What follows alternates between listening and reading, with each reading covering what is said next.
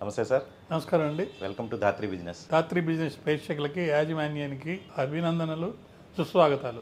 Sir, ఇప్పుడు పెద్ద పెద్ద బిజినెస్లు చేసేవాళ్ళేమో కానీ ఏదో ఒక ప్రొవిజనల్ స్టోరో లేదంటే ఏదో ఒక సెటప్ చేసుకుని ఒక ప్రాపర్టీ రెంట్కి తీసుకొని లోన్ తెచ్చుకొని ఒక 20 లక్షలు 30 లక్షలు ఖర్చు పెట్టి ఒక సెటప్ చేసుకుంటారు.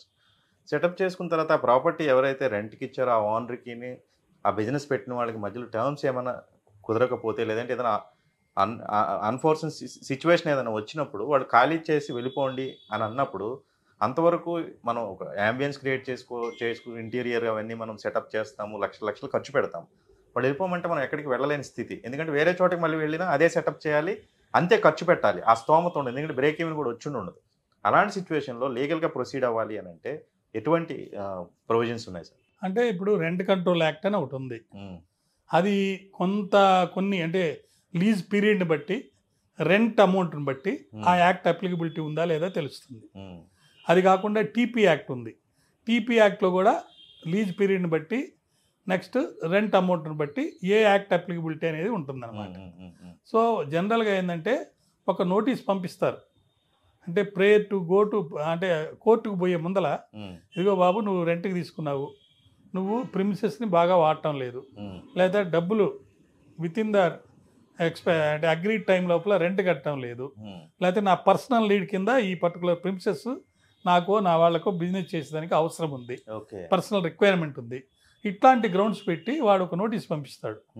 లేదా వీడు టెనెంటే నీకు రెంట్ కరెక్ట్గా కడుతున్నాను, నీదని చెప్పావు కానీ ఇది వాస్తవంగా మనం చూసుకుంటే నీది కాదని తెలిసింది, ఈ ప్రాపర్టీ ఏరే వాళ్ళది నీదని నమ్మించి నన్ను దీంట్లో దించావు, నీకు ఇప్పుడు డబ్బు కడితే అసలు ఓనర్ వచ్చి మళ్ళీ నన్ను అడిగే అవకాశం ఉంది కాబట్టి నేను రెంట్ కోర్టులో డిపాజిట్ చేస్తాను, నువ్వు అక్కడి నుంచే తీసుకో అని చెప్పి డిపాజిట్ ఆఫ్ రెంట్ అని ఒక సెక్షన్ కింద, సెక్షన్ 5 ఎంత ఉంటుంది దాని కింద పిటిషన్ పెట్టి అక్కడ డిపాజిట్ చేస్తారు. అంటే ఎవ్రీ మంత్ కోర్టుకి వెళ్ళిపోతుంది. కోర్టు నుంచి ఎవరు ఓనర్ అయితే వాడికి ఇస్తారన్నమాట.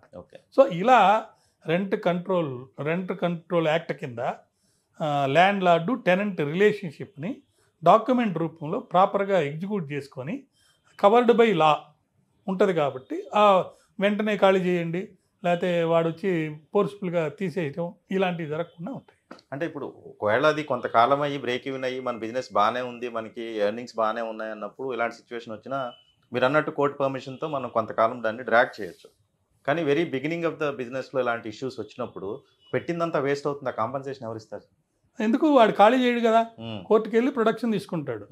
ఎంతకాలం అని తీసుకునే ప్రొవిజన్ ఉంది సార్? అది ఇంతకాలం అని లేదు, ఆ డీడ్లో పీరియడ్ రాసుకొని ఉంటాడు. ఓకే, ఇన్నేళ్ళు అగ్రీడ్, అది ఇయర్లీ రెంటా మంత్లీ రెంటా, ఇయర్ టు ఇయర్, 12 months దాటితే ఒక లా, బిఫోర్ 12 months అంటే 11 months 29 days అగ్రిమెంట్ అయితే ఒక లా ఉంది. ఓకే. సో అపార్ట్మెంట్స్ ఉంటాయి, ఇప్పుడు మీరు దీని గురించే మాట్లాడుతున్నారు. ఈవెన్ అపార్ట్మెంట్స్ కూడా 1 year దాటితే రిజిస్టర్డ్ డాక్యుమెంటే రాసుకోవాలి, lease deed. Okay. House apartments అయితే అపార్ట్మెంట్స్ యాక్ట్ ఉంది, దాని ప్రకారం రెంటల్ డీడ్ రాసుకునేటప్పుడు lease period, quantum of rent, yearly అయితే ఒక రెంట్ ఒకటి, బిలో ఇయర్ అయితే ఒకటి. అట్లే ఈవెన్ షాప్స్ కూడా అదే.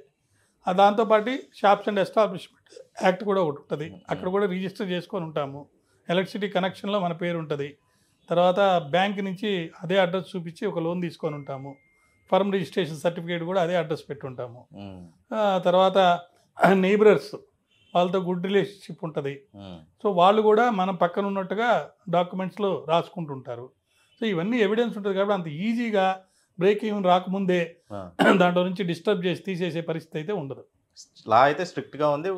ఎవరైతే బిజినెస్ పెట్టుకున్నారో వాళ్ళకి సపోర్ట్, అంటే వాళ్ళ వైపు నుంచి ఎటువంటి మిస్టేక్ లేకపోతే వాళ్ళకి సపోర్ట్ అయితే ఖచ్చితంగా ఉంటుంది. రెంట్ కట్టడం ఒకటే మెయిన్, దాని తర్వాత రాసుకున్న డాక్యుమెంట్ అనేది పర్ఫెక్ట్గా రాసుకోవాలి. ఈ రెండు ఉంటే ప్రొటెక్షన్. అంటే నెక్స్ట్ మళ్ళీ ఏదైనా అంటే కోర్టు ఆర్డర్ వచ్చింది, వాళ్ళు రెంట్ ఏమో కోర్టుకి పే చేస్తున్నారు, మళ్ళీ ఓనర్స్ వచ్చి వీళ్ళ బేసిక్ బిజినెస్ని డిస్టర్బ్ చేసే విధంగా ఏమైనా యాక్ట్ చేస్తే వాళ్ళకి లీగల్గా మనం ప్రొసీడింగ్ అయ్యి మనం ఇచ్చేసే అవకాశం రెండు ఉంటాయి. సివిల్ కోర్టుకి వెళ్ళి ఇంజెక్షన్ తెచ్చుకోవచ్చు, not to interfere with the position and enjoyment of అని చెప్పి టెంపరీగా ఇస్తారు ఫస్ట్, తర్వాత పర్మనెంట్ తెచ్చుకోవచ్చు.